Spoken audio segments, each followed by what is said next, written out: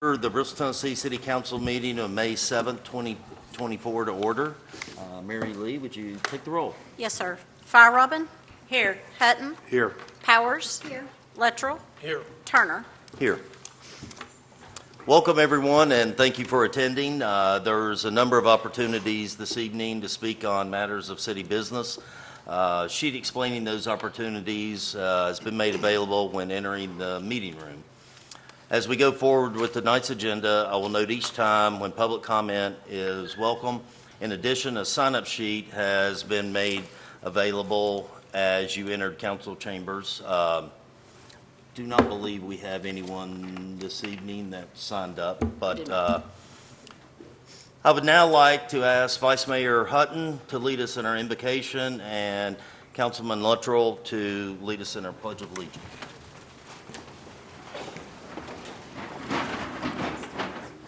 Let me pray.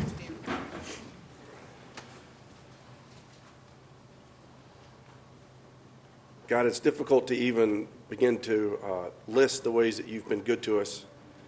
But one sure way is that you have allowed us and blessed us to live in this incredible community, surrounded by so much beauty and touched by so many awesome people. So we're grateful. We're thankful for that, Lord.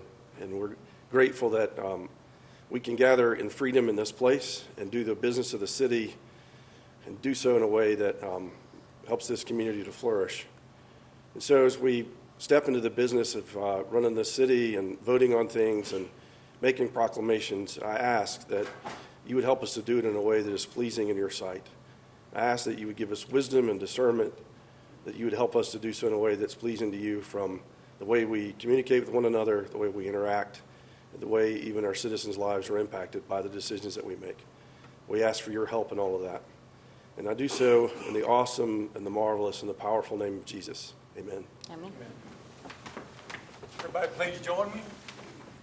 I pledge allegiance to the Flag of the United States of America and to the republic for which it stands, one nation, under God, indivisible, with liberty and justice for all.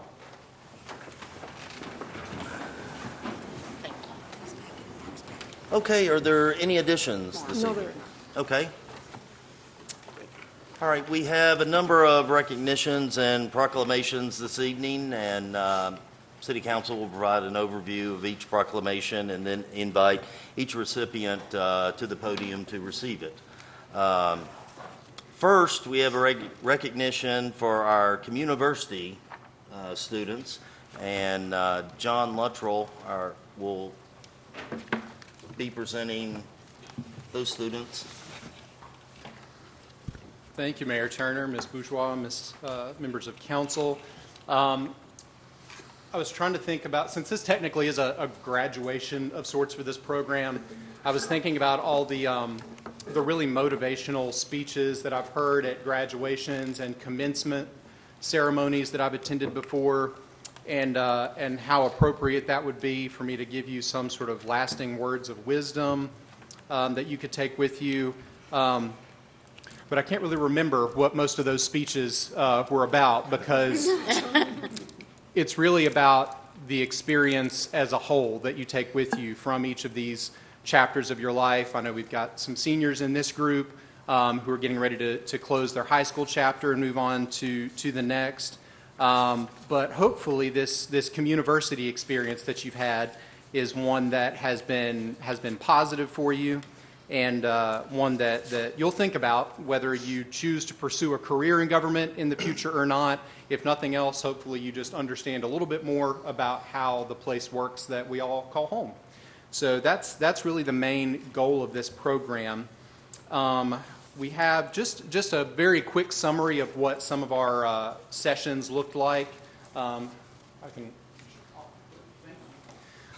So looking through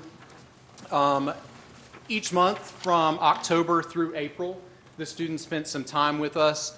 In October, they spent some time with our fire rescue department out at Station 5, doing everything from seeing all the equipment that's contained inside of one of our ambulances to getting in our big, new, lovely truck with the 100-foot extension ladder. I don't think anyone took it all the full 100 feet out. I don't think we risked that with anyone. But certainly want to thank our fire department for being such wonderful hosts in October. Then moving on to the police department in November, our students learned about some of the more visible and, I guess, tactical things that our police department does in keeping our community safe, everything from patrol to the SWAT team. Not that they bust down doors every day, but it can be a good way to get some aggression out every now and then, to some of the more technologically advanced things that our police department does to help solve crimes and keep our community a safe place. So there's a nice little group shot with our explosive ordnance disposal robot and doing some crime scene investigation work. See Reese dusting for fingerprints on the door up there like an expert. We took a brief pause in December for a little holiday gathering downtown at Pins and Friends. Then we picked back up. The intent was to start in January, though we did have a little bit of a snow event. That's actually why we picked Public Works for January, because when you all have a snow day and get to stay home from school, there's a huge army of folks who work for the city that keep the roads clear and safe for the rest of us. So they were doing their thing in January while you all had a snow day. So we had to reschedule to February, but we started that day with some time out at our water treatment plant. And I'm sure when I first told you all that we were heading to the water treatment plant, well, I won't say what horrible, awful things you were probably thinking about me, but that's actually one of my favorite activities that we do. And if no one has had the privilege of having Mark Quickle give you a tour of that plant, it's actually a really cool experience, all the way up through the quality testing lab with the goldfish that swim around in our raw water from the Holston River. They then came back to the city garage and learned more about the utility side, specifically the team that we call when the water is spewing everywhere and we want it to stop, as well as the team when the water is not moving anywhere and we really do need it to move, or more particularly the sewer is not moving anywhere and we need it to move, and saw the equipment that they use as well as the finesse that it takes to really pilot a solid waste collection vehicle without dropping the can into the back of the truck. There is some skill involved there. Then they joined our fleet maintenance folks for our annual Communiversity Pit Crew Challenge, where they were timed in doing a 2-car swap on a police cruiser. I'm pretty sure Russell double-checked the tires before we put that back out on the road with an officer in it. But our winning team, actually pictured there in the top left, did the 2-car swap in a time of just over 1 minute and 30 seconds, actually. So that was impressive. Just being honest, that was very impressive. And then if we didn't do a single other activity for the entirety of the Communiversity program, I'm pretty sure the one they did with Steve in the sign shop is always the most popular, where everyone gets to take home a street sign with their name on it. I still haven't gotten mine yet, but we'll work on that. Then the following session, we spent some time with our Parks and Recreation Department.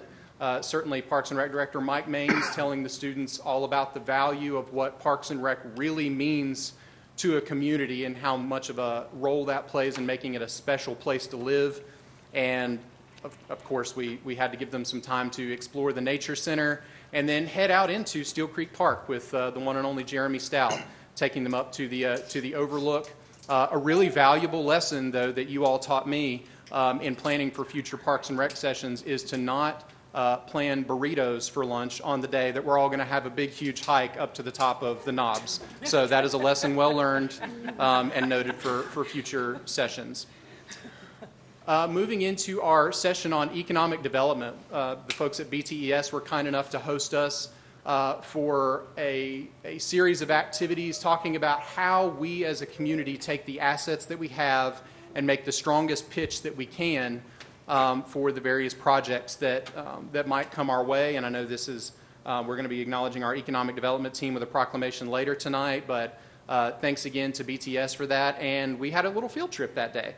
We took our students to the Birthplace of Country Music Museum for the announcement of the Northeast Tennessee Music Initiative that came out of Nashville, and they got some exclusive time with Commissioner McWhorter and Commissioner Ezell to talk about what the benefit of tourism means for our economy here, and just understanding what kind of efforts take place at the state level that match what our local economic development team does.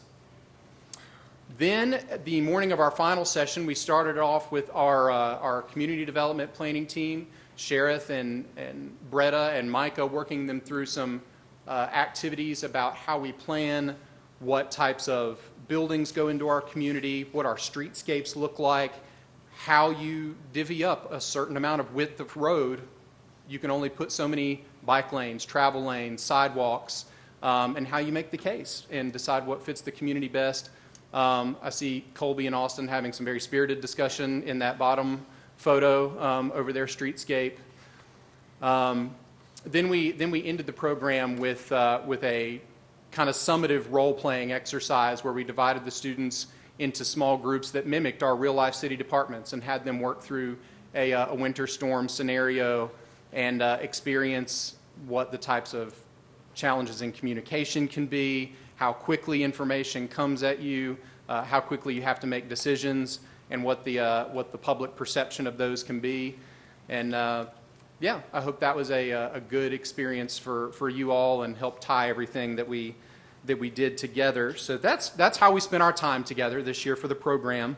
So before I recognize each of the students once again, I do have to conclude with a few words of thanks, certainly to Dr. Tudor and the rest of the Bristol, Tennessee City Schools administration team for continuing to have faith that this program is a worthwhile use of student time away from the classroom, and certainly for entrusting us with their care. To Principal Kim Kirk, Andrew Cross, Brad Morlock, Deidre Penley, and all the other Tennessee High staff for all of their help and guidance in navigating logistics and, most importantly, recruiting what has been a phenomenal group of students for us to have as part of this program. To Dale Miller with our transit division for safely transporting our students on program days in his big shiny transit bus and giving us really first class limo service on city transit.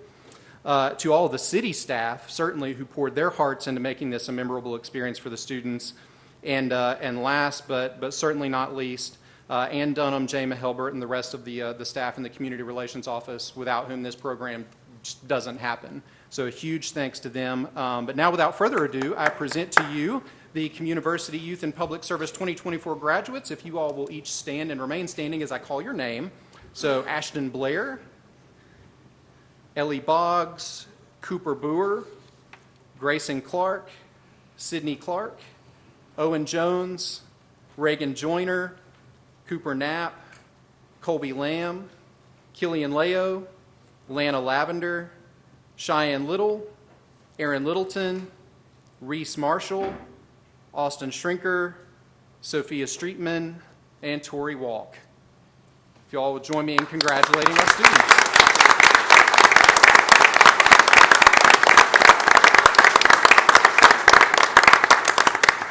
And if you all would care to join us down front for a photo with City Council, certainly I'd like to invite Ms. Bourgeois to be part of that photo. I would like to also invite Dr. Tudor and any of the members of our Board of Education who are here. Certainly Mr. Andrew Cross, Miss Deidre Penley. Is Mr. Morlock, was he able to be here this evening? Okay. So if you all would care to join us for a quick photo down front, we would appreciate it.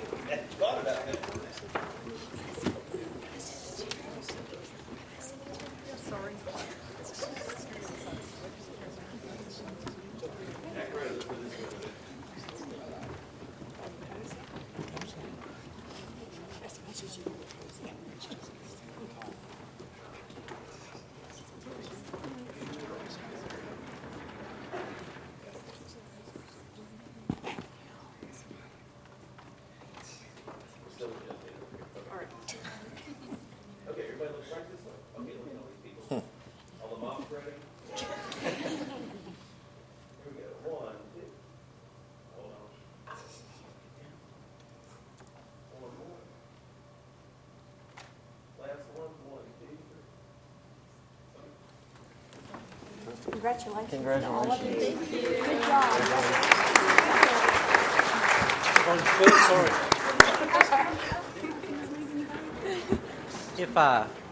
If I could thank you all as well for supporting this group. I was going to let you all know that we've had 2 groups come through this, and interest has grown in local government to the point that I have kids coming up in the hallway to me, asking me, how can I do this? How can I be involved? Which translates into interest in local government, which is a wonderful thing. So thank you all for allowing our students to do this. And I'd like to say thank you to John for Great job. putting this on.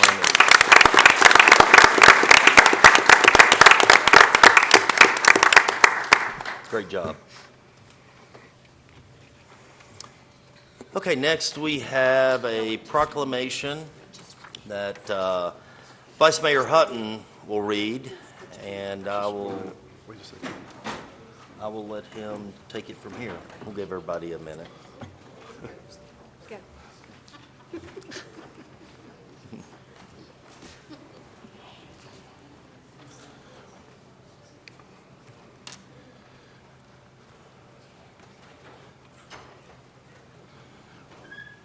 It is an incredible thing to see the number of students that were in this room tonight, and it speaks to the fact that there are a lot of people in our community that are working tirelessly to impact the lives of our kids, of students, and they do it really a lot of times without a whole lot of accolades, a lot of money or all that sort of stuff, and you can see that here. And there's probably not a person in this room that hasn't been impacted by a teacher and a coach. I'm tempted to ask you to raise your hand if you've been impacted in a positive way by a teacher or coach in your lifetime. It is clear that that's the case. We know how important those folks are in our lives, and we're grateful for them.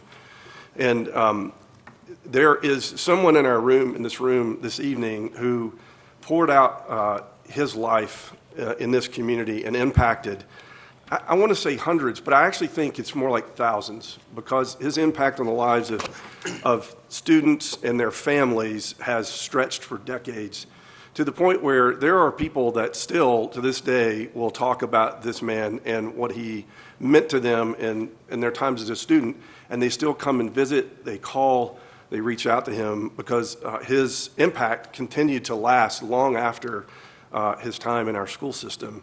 And in fact, it is rippled across forever. And that includes me.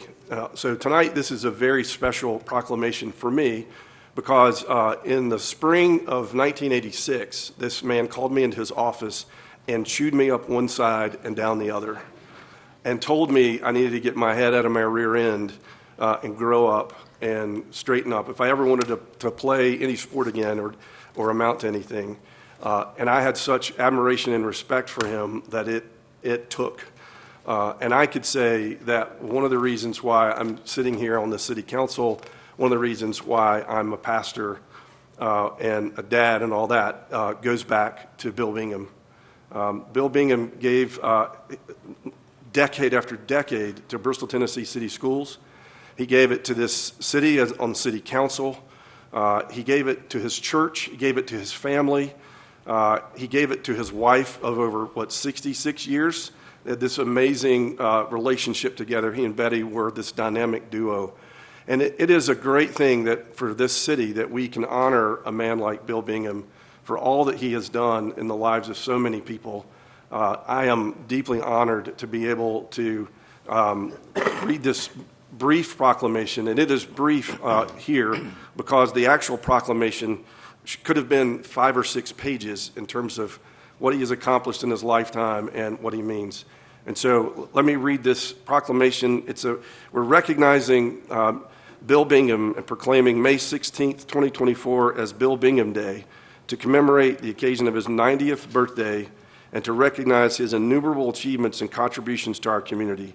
Bill Bingham is recognized for his service to the Bristol, Tennessee City Schools as a teacher and a coach and a longtime athletic director, and as his part on Bristol, Tennessee City Council, and for me, as his role as Windsor Avenue Presbyterian Church, where for a time there I got to serve as his pastor. And so it is a great honor that we get to do this tonight. So I'd like to invite Bill, and we'll do this proclamation with the entire city staff, or council, sorry.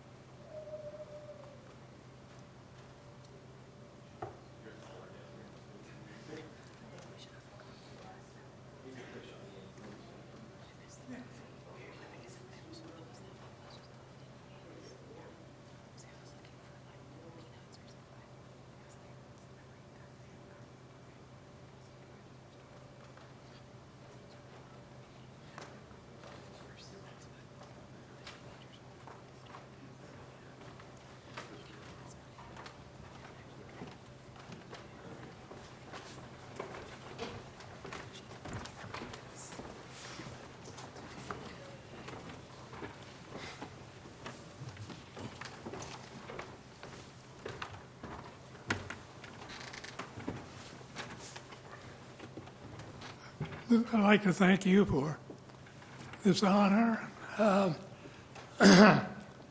have a 90 coming up in a couple of weeks, and have a great family. Some of them are with me tonight. I lost my wife 2 years ago, but we moved to Bristol from West Virginia in 1962. And I was across the state line teaching and coaching, and after 2 years, I said, I need to find another place. So Tennessee High was open, and I got a job there as a ninth grade science teacher and assistant football and assistant baseball coach. And had a great career, 31 years at Tennessee High. I still am able, even at my age, I can remember some of the great things that happened, and some of the great teachers and coaches I worked with.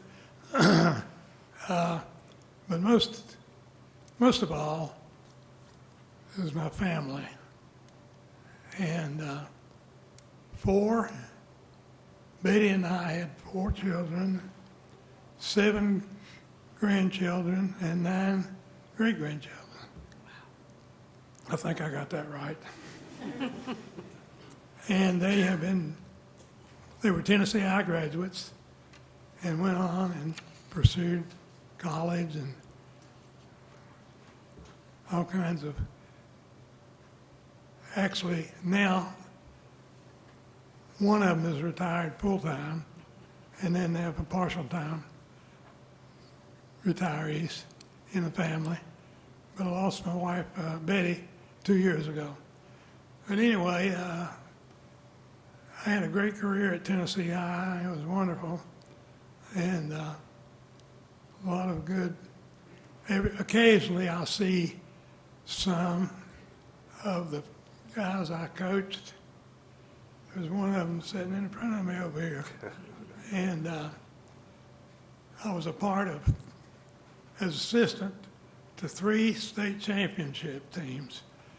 Baseball, Jim Butcher was on that team, and 2 football, 1971 and 72.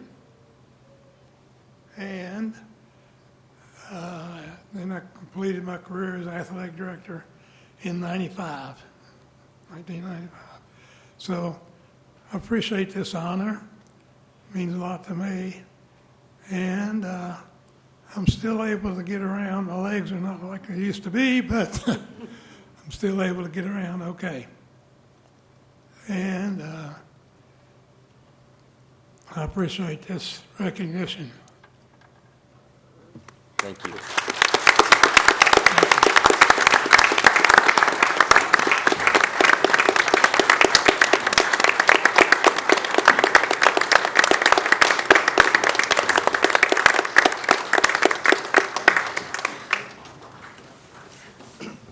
Mayor, if I could just add to Mr. Bingham's talk, I served on City Council with him, and it was turbulent times.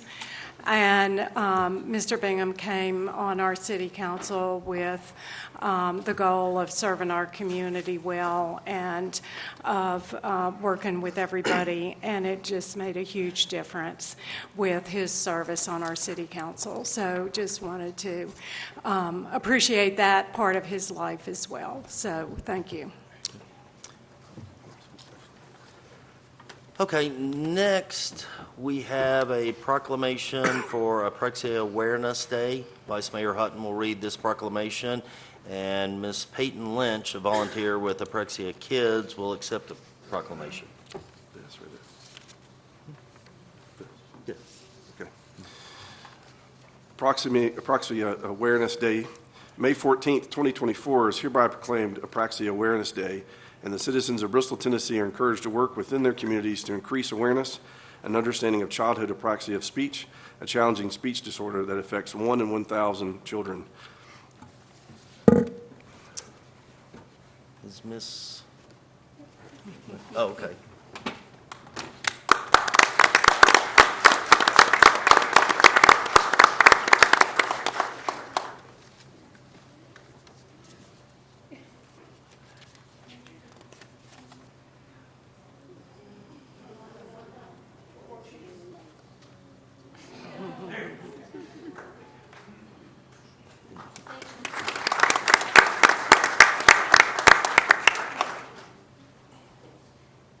Thank you for doing this.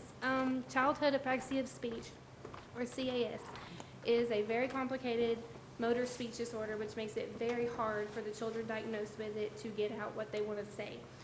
They know what they want to say most of the time, but it's very hard for it to be intelligible due to all the movements and the muscles and the motor that they have to do. You don't realize how much it takes to get a word out until you sit down and look at all the muscles and everything that it takes to get it out. So it's a really big deal to be able to advocate and educate and get it out there because it's very rare. It's like 1 to 2 in 1,000 children that get diagnosed with it. And a lot of people don't know about it because it is kind of rare. I didn't know anything about it until we got told that he probably had it. So it's just awesome to be able to get the word out and be able to advocate, educate, and be able to let everyone know, hey, that's what this is, share the word, and even be able to hopefully make progress with everyone who has it. So thank you for this opportunity, and I appreciate it. Thank you.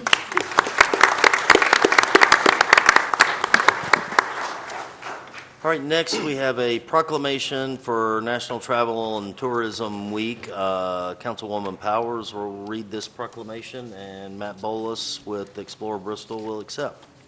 Thank you, Mayor. I think it's very interesting to know that the #1 industry in the state of Tennessee today is, in fact, tourism. We think of it as our vacations once or twice a year or more if you can, but it is truly a huge industry in the state of Tennessee. It's essential to the success of every industry and will continue to be a critical part of Bristol's economy, development, and workforce. The mayor hereby proclaims May 19th through 25th, 2024 as National Travel and Tourism Week in Bristol and urges the citizens of Bristol to join in recognizing the critical role this industry plays in our community. And this evening we have Matt Bolus and John Scott, who does so much of our print and graphics work, and we're very privileged to have them as the team heading up Explore Bristol.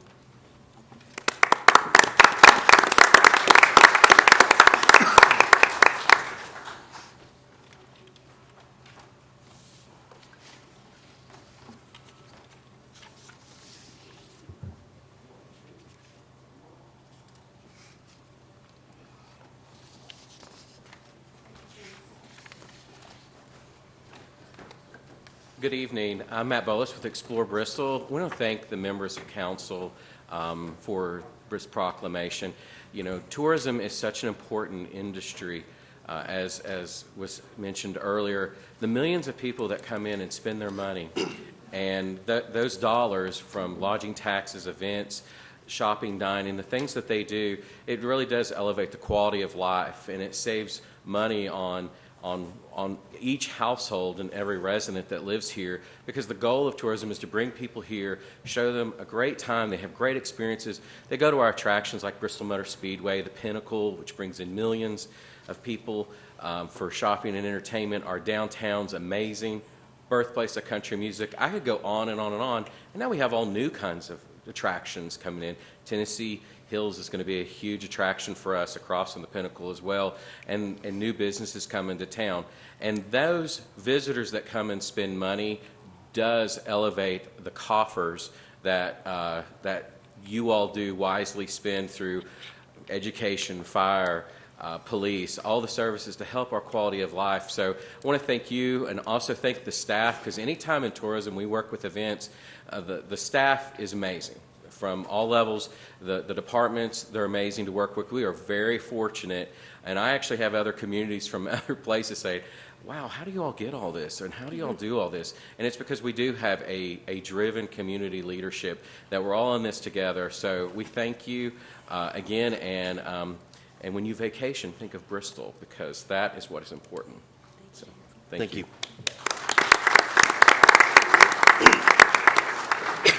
Okay, we next have a proclamation for Children's Mental Health Acceptance Day that Councilwoman Powers is going to read. I believe we have Miss Heather Barham from the care coordinator with System of Care across Tennessee, along with Miss Esmeralda Guevara.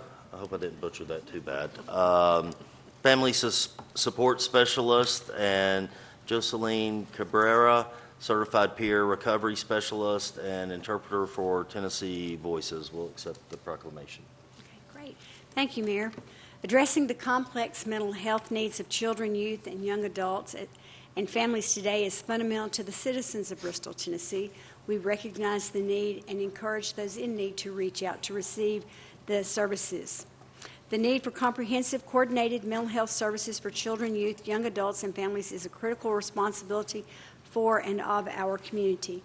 The Mayor and City Council urge our citizens and all agencies and organizations interested in meeting every child's mental health needs to unite on May 9th and direct our thoughts toward our children's mental health and well-being, and acquaint the people of our community with the necessity of a year-round program for children, youth, and young adults with mental illness needs and their families.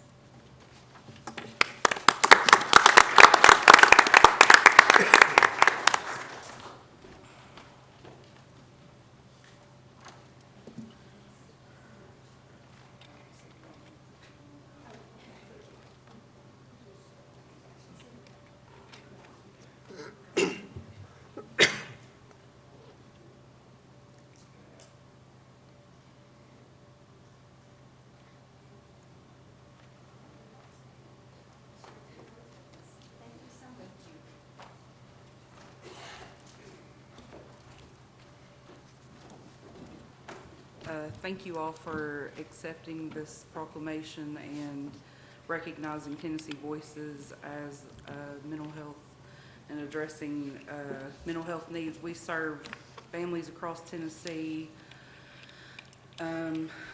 by in-home services, and we help them utilize their strengths, and it's a nonprofit organization, so we come in and we help them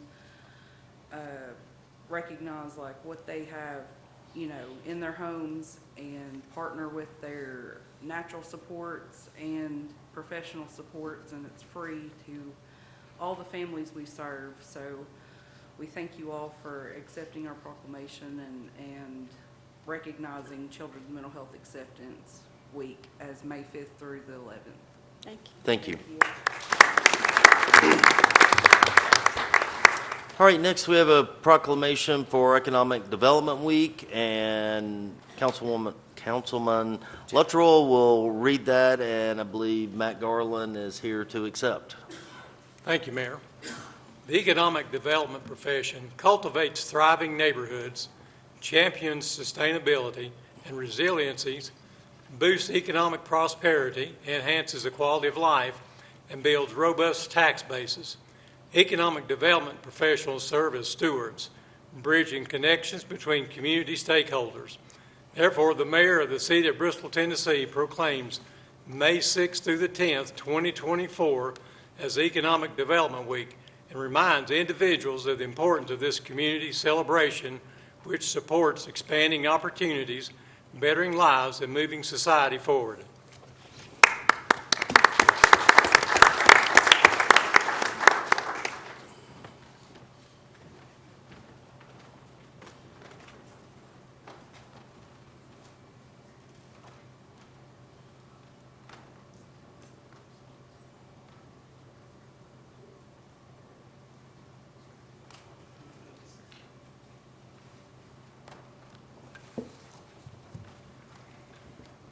Thank you to the mayor, city council, and city manager for recognition of our economic development efforts here in the city of Bristol, Tennessee. It's an important effort, and it's a shared commitment for the betterment of our community. We could not do this without the support of you all, and so, again, thank you very much for this. I think economic development is a team sport, and it requires a lot of partnerships. We couldn't do this without our federal, our state, and our local teammates that come to the table weekly, daily, on call 24/7 for our needs here in Bristol. So I would be remiss if I didn't mention a few of those. And that's TVA, USDA Rural Development, the Appalachian Regional Commission, the Economic Development Administration, TNECD, the Tennessee Department of Labor and Workforce Development, Tennessee Department of Tourism, First Tennessee Development District, Bristol, Tennessee City Schools, BTS, Believe in Bristol, SyncSpace, and the Network Sullivan Partnership. By no means is this list exhaustive of all the people that come together for the benefit of economic development growth within the city of Bristol. But I think this list represents the statement of it takes a village to help raise up the growth and the thriving economy here in Bristol. So again, thank you all for your recognition, and thank you all for your continued support. Thank you. Okay, next we have National Police Week, and Councilman Luttrell will read this, and Chief Matt Alston will accept.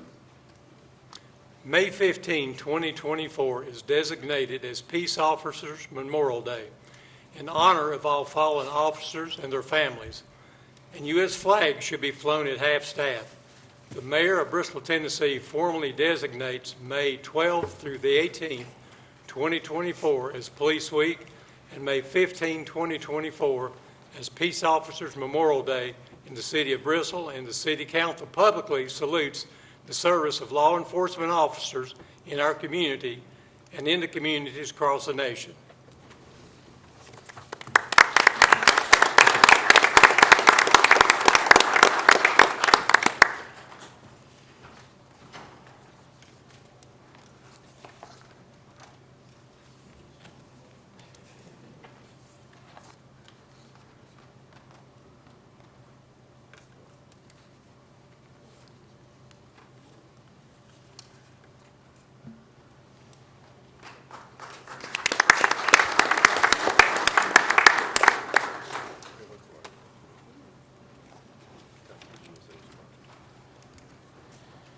Mr. Mayor, City Manager, Council members, we, as the Bristol, Tennessee Police Department, we thank you very much for your support for us and the job that we've done. And to the community, we also salute you as well for the tremendous support that you show us each and every day. You know, we look at it as saying in the police profession, you can see around the nation the dangers and things that come down. I want to say that we are very blessed in this community to have the men and women that wear this uniform and the dedication that they have to serve this community. They are men and women that are their main focus is to serve. I am so honored that I stand with them as they do the things you see that each and every day that they come to work. And again, the things that they do, they're running into the danger to protect each and every one of us around us. You know, we talk about family, and with their families, their individual families that they that they have amongst themselves. But we truly, with the Bristol, Tennessee Police Department, we truly feel that this community, Bristol, is also our family. We work together. I think that the things, the programs that we do together, although we still have a job to do, that we do that in a way that we protect and give a voice for those that are weak or those that are undervalued. You know, we give a voice to those that can't speak. You know, those are the things that come down, but we can see the dangers when we see around the nation about officers that don't get to go home the next day. The funerals and the things with this memorial that happens. You know, even though that we are blessed and we live in a community that works together, that plays together, that goes to school together, we still have the dangers here. We have also lost officers here in Bristol.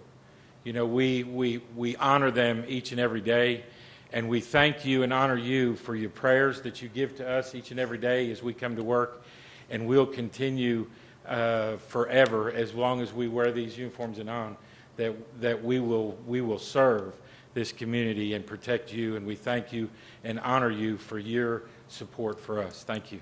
Thank you.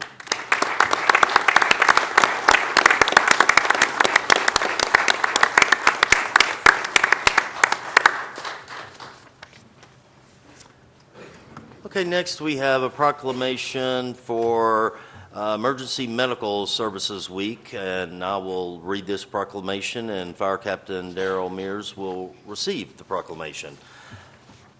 Emergency medical services is a vital public service, and access to quality emergency care dramatically improves the survival and recovery rate of those who experience sudden illness or injury.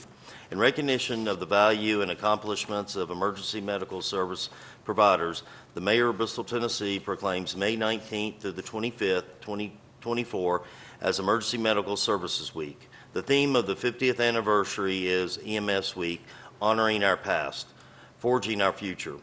The City Council encourages the community to observe this week with appropriate programs, ceremonies, and activities.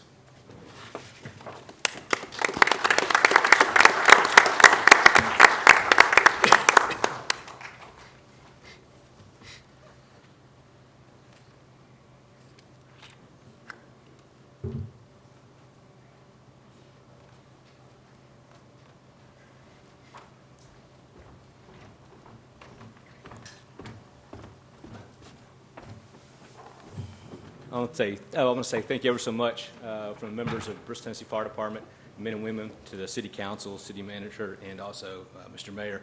I see only 3 minutes here on the stand here. I could actually talk forever. But as far as a member of Bristol, Tennessee Fire Department, we work extremely hard every single day, provide not just fire service, but EMS service. And I still think a lot of people in the city don't know that the fire department provides that service.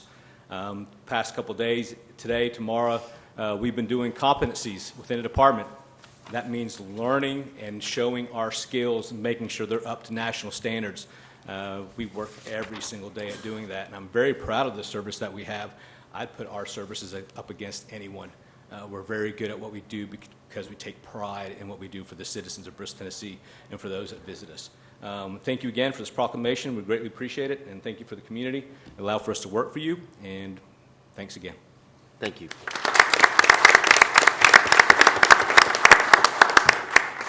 Okay, next we have a proclamation for National Public Works Week that I will read, and Robert Bieber from Engineering Construction Inspector 3 will be present to receive. Public Works professionals focus on providing and maintaining infrastructure, facilities, and services that are vital importance to substantial and resilient communities and to the public health, high quality of life, and well-being of the people of Bristol. Mayor of Bristol, Tennessee proclaims May 19th to the 25th as National Public Works Week. All citizens are urged to join in activities, events, and ceremonies designed to pay tribute to our public works professionals, engineers, managers, and employees, and to recognize the substantial contributions they make to protect our national health, safety, and advancing quality of life for all.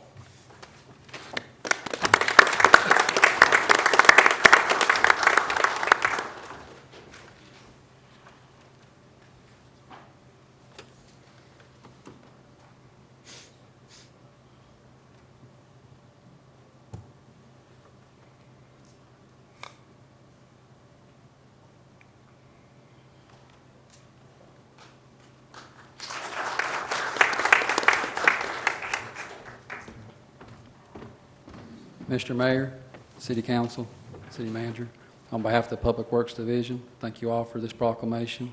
We'll display it proudly in our office. Thank you all very much. Thank you.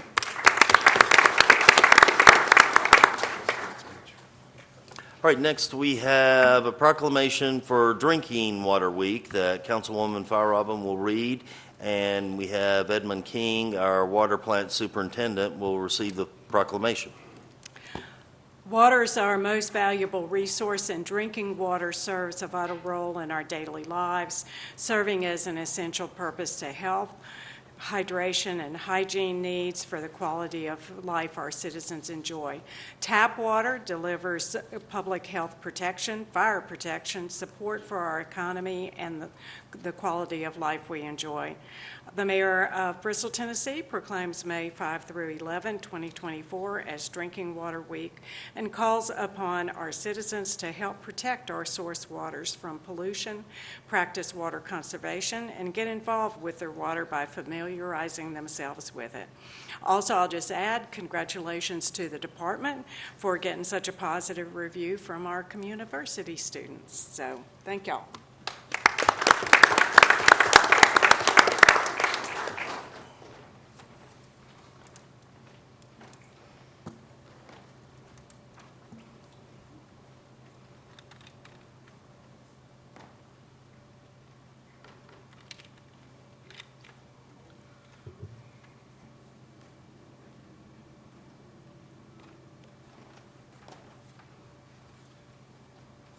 Well, it's the first week on the job, and I get a proclamation the very first thing, so it's going to be an interesting time, but I thank you very much for this. It is very important to realize that drinking water is that important, as was stated. It's the most important resource, and we try very hard to make it the best we can.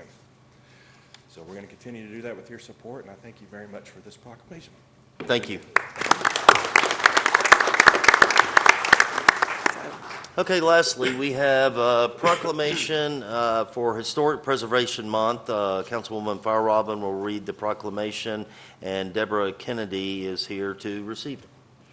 And I think Deborah's got a couple of people with her to recognize as well. It's important to celebrate the roles of history in our lives and the contributions made by dedicated individuals in helping to preserve the tangible aspects of heritage that has shaped us as a people. The Bristol, Tennessee Historic Preservation Awards Committee was formed in 2018 for the purpose of recognizing restoration efforts that have transformed Bristol, Tennessee's oldest residential and commercial structures to their former glory. The Mayor proclaims May 2024 as Historic Preservation Month. Mayor and City Council encourage the recognition of and applaud the dedicated preservation efforts by individuals and property owners through promoting historic preservation. And Deborah, I assume you're going to tell us about the celebration next week for the dates. Oh. It's at the train station on the 16th at 5:30. First time to have joint recognition with Bristol, Virginia. So they've had theirs, we've had ours. We're having it together, so that should be a great event. It's open to the public at 5:30 at the train station.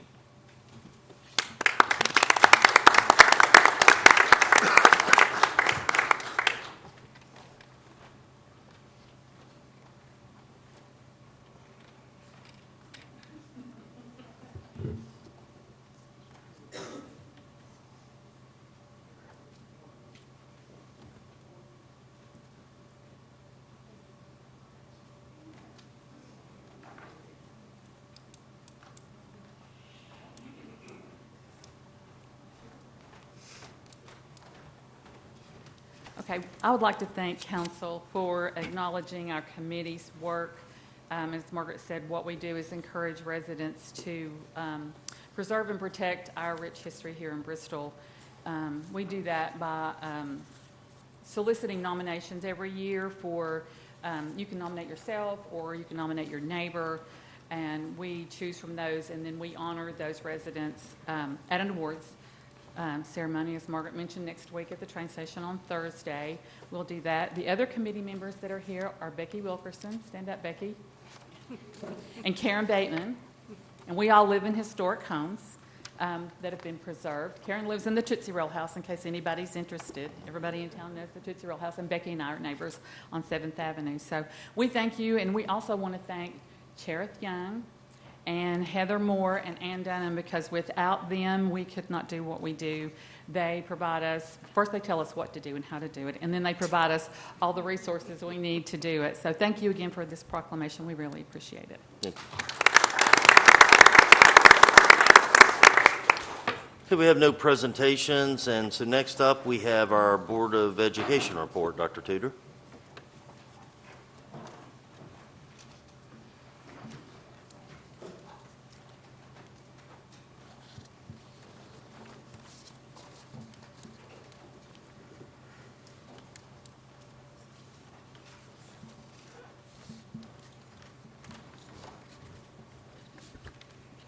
Thank you. Good evening, everyone. It's good to see you.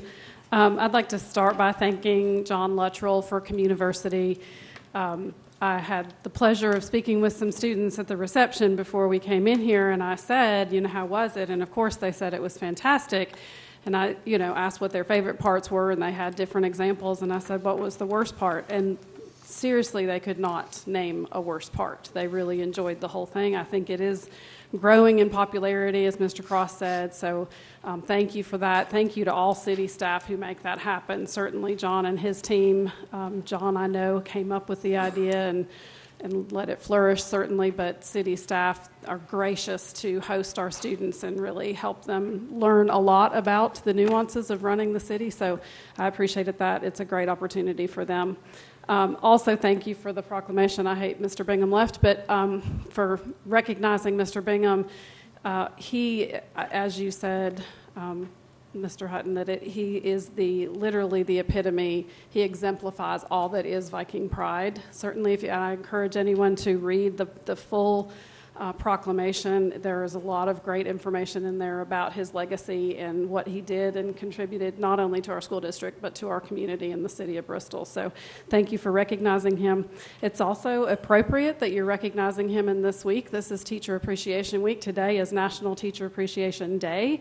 And so that's a great way, as you said, Dr. Hutton, to recognize our teachers and coaches. They have significant impact on every one of our lives. As you mentioned, we can all name someone who contributed to how we got to where we are. Teachers and coaches are significantly impacting us every day. So thank you for that. And if you see a teacher in our community this week, please recognize them and thank them for their service. All of our staff do a great job, and we appreciate they are truly the heart of our school district.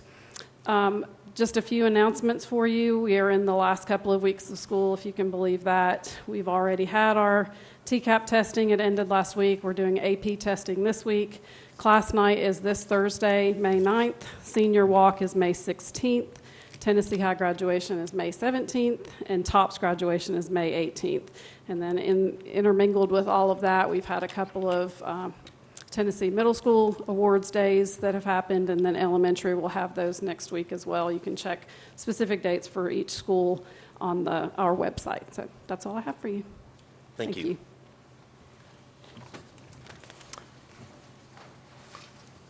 All right, next we have two public hearings this evening. First is Resolution 24-35, a resolution adopting a community development block grant action plan and approving the submission of the action plan to the U.S. Department of Housing and Urban Development to request CDBG grant funding and home funding.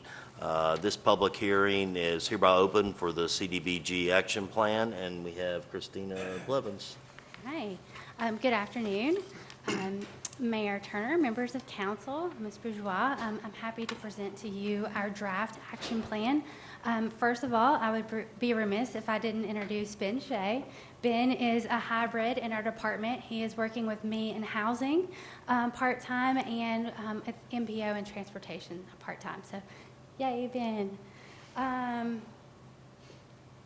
Okay, for a brief overview, you guys have seen this before, but the CDBG program is pretty open. It's created by the Housing and Community Development Act of 1974.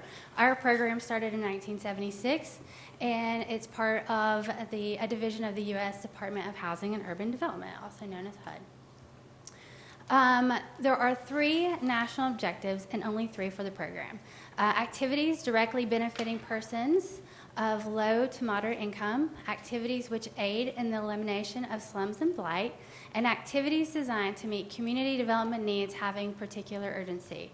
The third one is our hardest to prove because CDBG money is the last resort money for federal funding. So in order to use that national objective, you actually have to show HUD all the other steps that you've done to try to get funding. This year, our CDBG program, we are estimating, again, $223,363. HUD has not released the numbers for our 2024 year. In a normal budget year, we would have had those back in February or March. So, again, these are just based on our current year numbers. And as you know, a bulk of our money goes into rehab reconstructions. So we're looking to put around $145,000 into that. Public services at $33,504. The YWCA for a sliding scale child care center. And Family Promise of Bristol for case management at a place to be, a day center. Demo and clearance, we are not going to be funding, but it does have carryover money from years past. And then program administration, which is always 20% of the grant, is $44,672. We are currently projecting carryover from previous years of $142,389. And our projected program income for the 2024 year is roughly $10,000. The Northeast Tennessee Virginia Home Consortium started the National Affordable Housing Act of 1990. The intent of the home program is a little bit different than the Community Development Block Grant. It is to provide decent, affordable housing to lower income households, to expand the capacity of nonprofit housing provisions or providers, strengthen the ability of state and local governments to provide housing, and then leverage the private sector participation. So it is really only for home. We do rehab reconstruction, we do home ownership, which is a down payment assistance that varies from $1,000 to $15,000 depending on the amount of need, and then we give 15% of our allocation goes to a community housing development organization. And I'll show you. There is a percentage here that the Home Consortium Board has approved to use again this year. We're expecting to receive $1,292,819. And you can see the Choteau always gets 15%, Bristol, Tennessee, 11%, Bristol, Virginia, 9%, Kingsport, 23%, Johnson City, 27%, Bluff City gets a straight $10,000, Sullivan County at 17%, Washington County at 13%.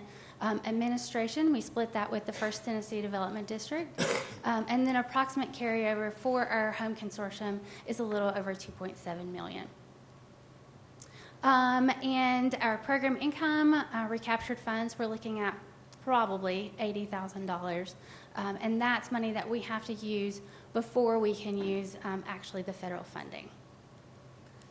So where can people pick up the draft plan? It's at the reference desk of the Bristol Public Library. It's at Bristol Housing. It's at the Slater Community Center here, the Community Development Planning Office, and of course we have it online. And our public comment period ends on May 15th. Okay. And that is all for that one. Any questions? Is there anyone in attendance that would like to speak on this? If so, please go to the podium and state your name and address. Seeing none, this public hearing is closed. Next, we have a public hearing, Resolution 24-36, resolution approving a substantial amendment to the 2021 Annual Action Plan, adding the Home American Rescue Plan projects and authorizing its submittal to the United States Department of Housing and Urban Development. So, Christina? Yes, I'm back.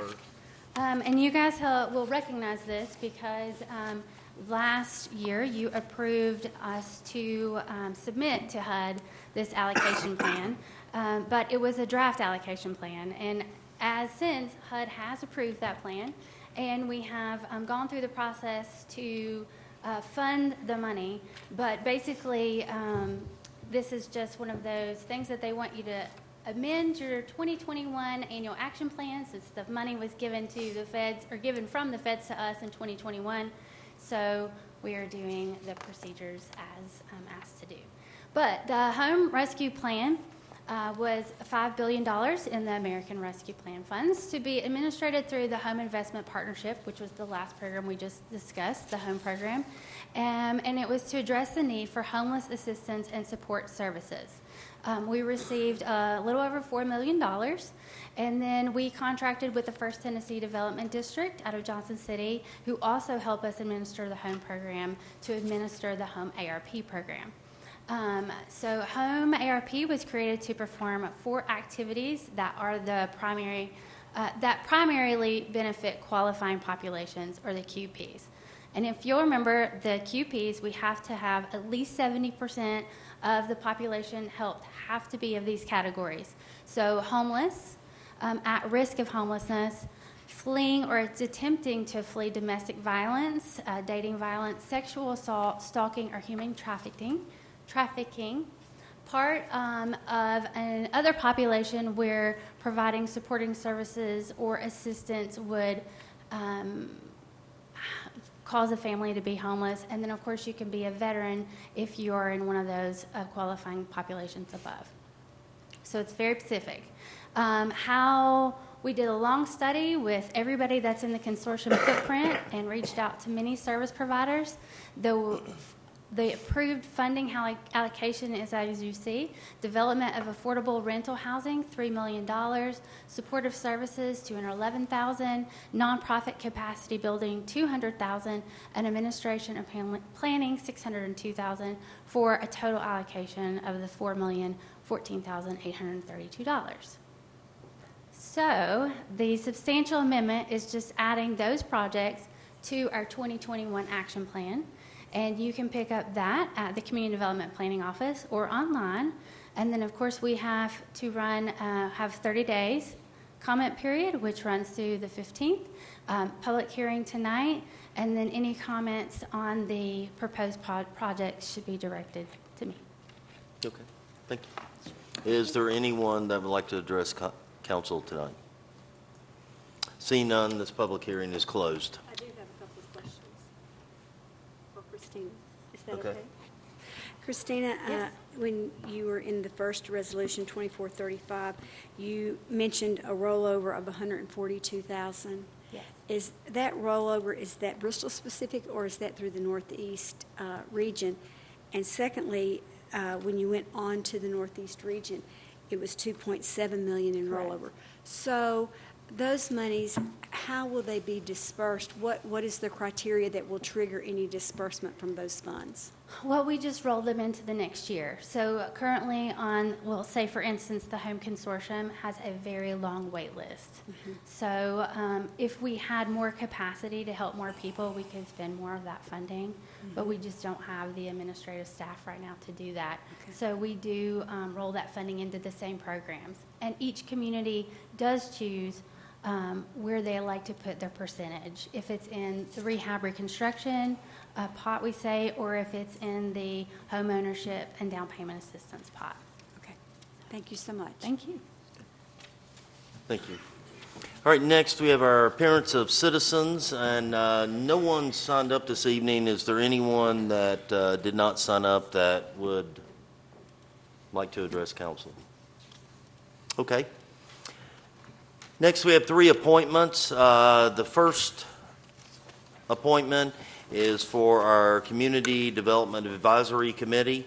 We have one candidate, Alexander Brumlick. Would anyone like to speak on behalf of Mr. Brumlick? I'd be happy to. So I met him a couple of years ago, I think. He serves in our auxiliary police service and teaches and I think dean of students in economics at King. So I think he'd be a great addition to Community Development Advisory Board Committee. Okay. Okay. Councilwoman Fire Robin has Alexander Brumlick. Councilmember Luttrell has Alexander Brumlick. Councilwoman Powers has Alexander Brumlick. Vice Mayor Hutton has Alexander Brumlick. And Mayor Turner has Alexander Brumlick. Okay. All right, next we have one candidate for our library board, Peter Steigers. Would anyone like to speak on his behalf? I can speak again. I serve on the library board, and I know Pete not real well, but know him, and we all got his application, and I think he put it very well on his application. His children have been active members of the teen group at the library, and they are library lovers, and I think he'll be a great addition to the library board. Okay. Councilman Luttrell has Peter Steigers. Mayor Turner has Peter Steigers. Councilwoman Powers has Peter Steigers. Vice Mayor Hutton has Peter Steigers. And Councilwoman Fire Robin has Peter Steigers. All right, next we have one position for the Sullivan County Board of Equalization. Mr. David Warren, would anyone like to speak on his behalf? I will. Or Margaret, if you'd like. No, go ahead. You take a turn. I could very well. Now, Mr. Warren has been serving in this capacity for some time now, and he's done a wonderful job. I've known Mr. Warren personally for many years, and I think that we should all be very proud of him for the job he's doing. All right. Councilman Luttrell has David Warren. Councilwoman Powers has David Warren. Vice Mayor Hutton has David Warren. Mayor Turner has David Warren. And Councilwoman Fire Robin has David Warren. Okay. We have no ordinances on first reading. We have a second reading of ordinance 24-3, an ordinance amending Chapter 18 of our campgrounds. Sheriff Young, you will present.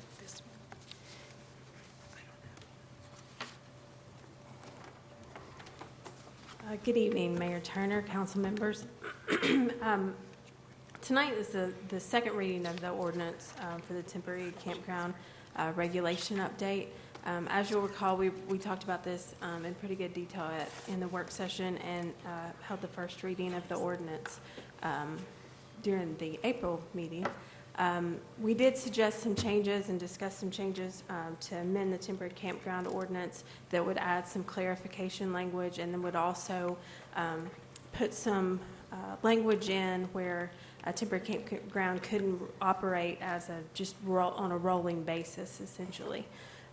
We also added a stipulation that a temporary campground would be permitted within 2 miles of Bristol Motor Speedway, so that narrows that window where a temporary campground could apply and operate a little bit narrower to serve Bristol Motor Speedway events rather than just wide open anywhere in the city.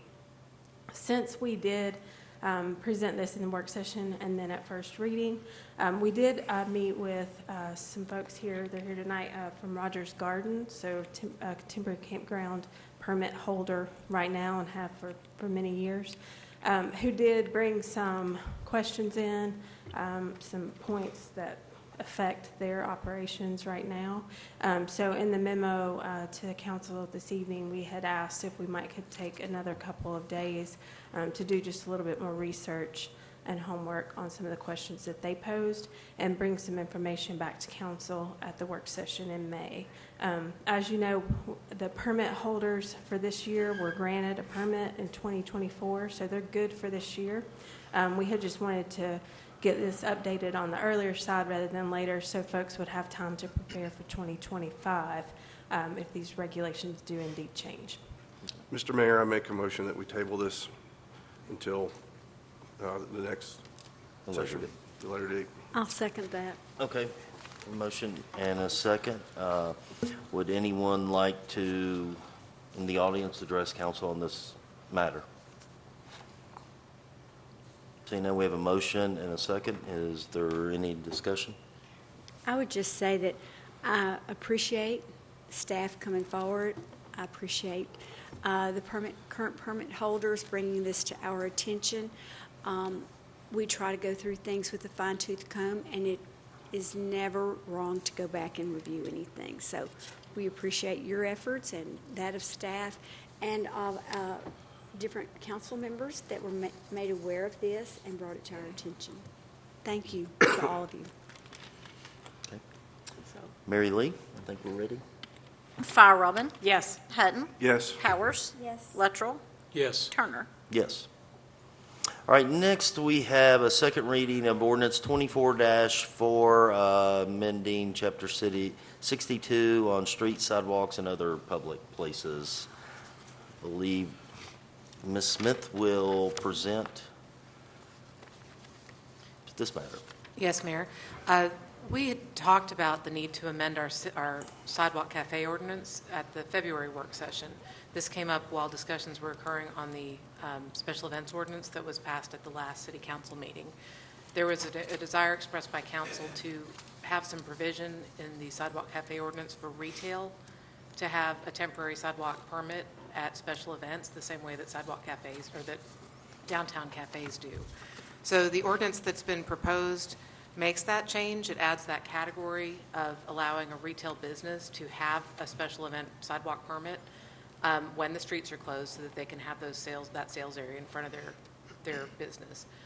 It also removes the numerical limit on the insurance and puts that more in the city manager's hands to figure out what the appropriate insurance requirements are as time passes. And it basically clarifies that these permits do not go on forever. They have to be renewed on an annual basis so that we can make sure that people have things like their insurance in place. So if there are any questions, I'll be happy to answer them. Do I have a motion on ordinance 24-4? I make a motion that we approve ordinance 24-90.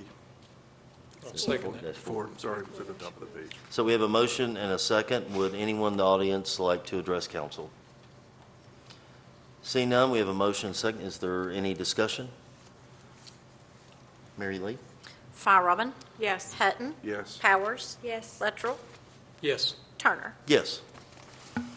All right, next we have Resolution 24-25, the resolution adopting a community development block grant action plan. This was presented by Ms. Blevins earlier during the public hearing. Are there any questions for Ms. Blevins on this matter? Is there a motion to approve 24-35? I make a motion that we approve this resolution. 24-35. Have a motion, a second? Second. Motion and a second. Any discussion? Mary Lee? Fire Robin? Yes. Hutton? Yes. Powers? Yes. Luttrell? Yes. Turner? Yes. All right, next we have Resolution 24-36, approving a substantial amendment to the 2021 Annual Action Plan, adding the Home American Rescue Plan projects. Again, this was presented by Ms. Blevins earlier in the public hearing. Is there any questions for Ms. Blevins on this matter? Do I have a motion? I make a motion that we approve resolution 2436. Do I have a second? Second. We have a motion and a second. Is there any discussion? I would just say that to really thank Ms. Blevins for the work that she does, and working with HUD and some of the federal red tape is not easy to do. And part of that is the responsibility to the taxpayers taken to a really high level. So really appreciate everything she does, and glad she's got some help with Ben to work on things. But also I'll note that the number one reason for homelessness in our country is lack of affordable housing.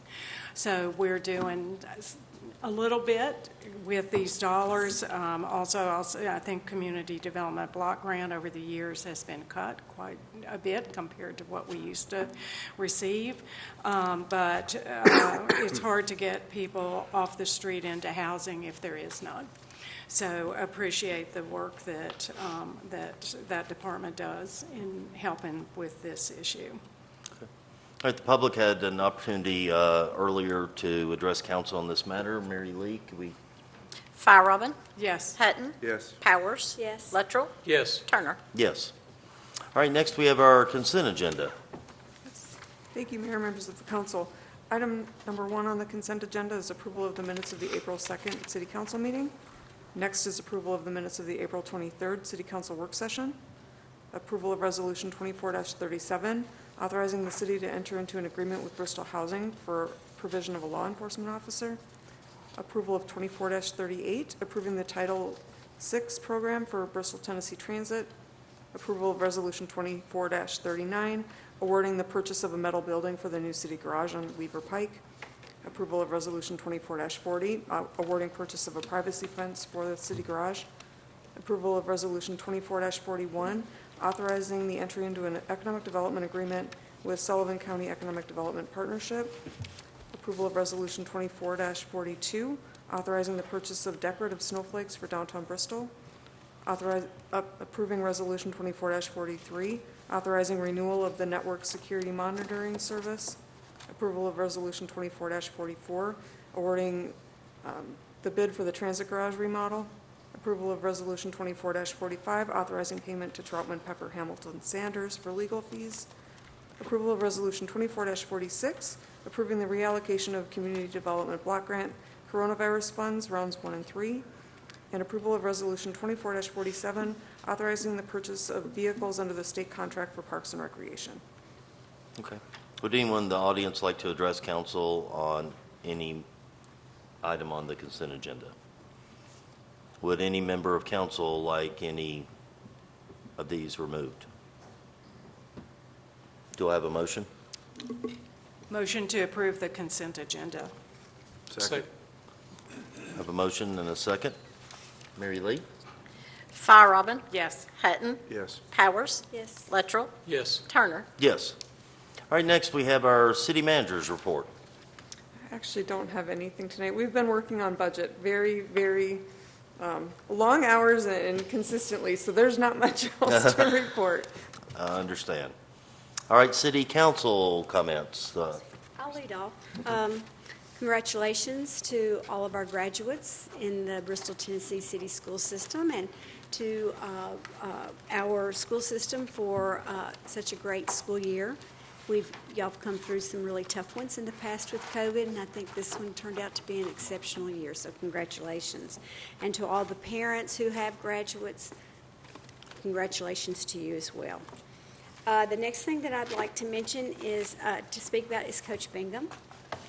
He has been an absolute icon to our community in many different ways. He stepped up in becoming a member of council in a very tumultuous time and helped to bring some stability and kindness back to our council situation. And I'd also like to compliment our new department of community engagement and special events. It's my understanding that there were over 300 participants, vendors and purchasers, people buying from the farmers market this weekend. And so really a great, great beginning.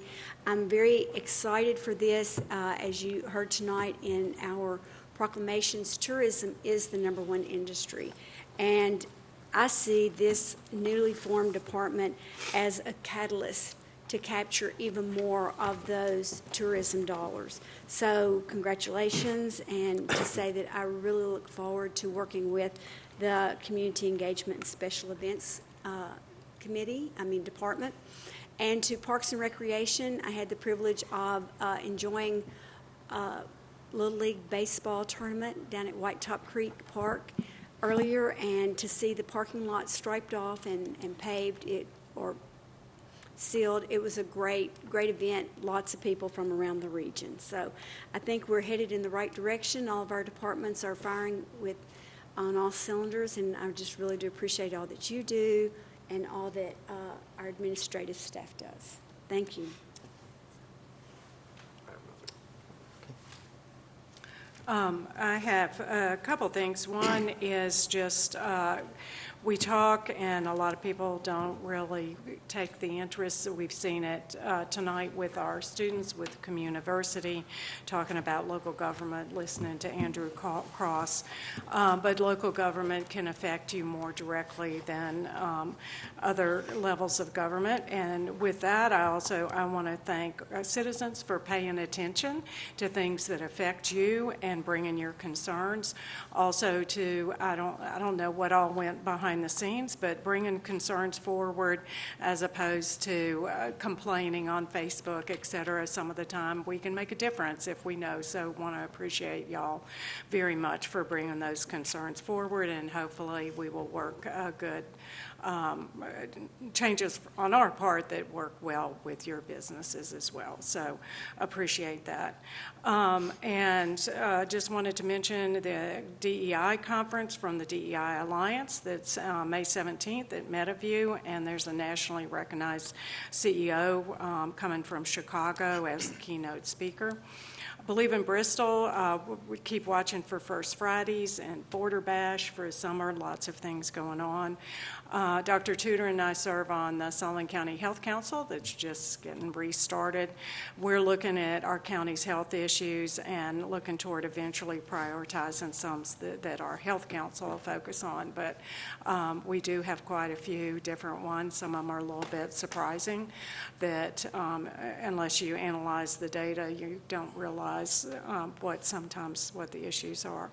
And lastly, I just wanted to recognize the Legacy Project that Danny and Jackie Dunn, who came to our work session and presented, that the Legacy Project's going to bring a $10 million project into our community. And our children, two of our children went to school with Danny and Jackie's children, including the oldest son went to school with Katie, who this is recognizing.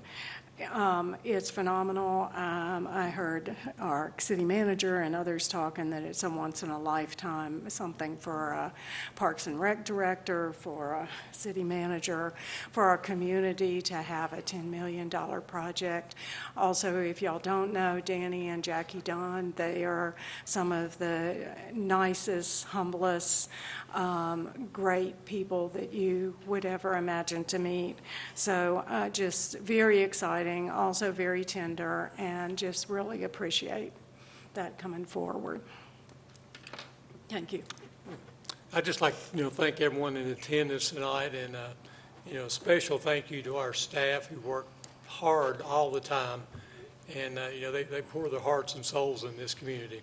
And also like to recognize one of our county commissioners, Ms. Harvey, is here tonight, and our commissioner of Sullivan County Election Commission, Mr. Boer, is with us tonight.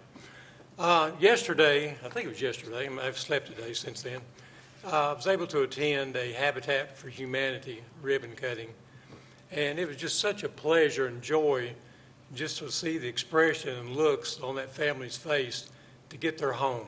When they got the keys to that new house, I mean, it literally melted my heart as well. And I think that's a program that it needs much more attention in our community for what it does. And I, for one, am going to start paying more attention to these projects and going to be a participant as much as I can be. So again, thanks and great job. Christine, I know you're heavily involved with that program as well. And thank everyone for being here tonight. Yeah, thank you all. Thank you, Commissioner. And we also have Ms. Henson here, and I believe Ms. with our school board, and I believe Ms. Darnell was here earlier also. I don't see her still, and also Mr. Butcher. So thank you, and Ms. Penley, see back there. So thank you for coming, and with that, we are adjourned.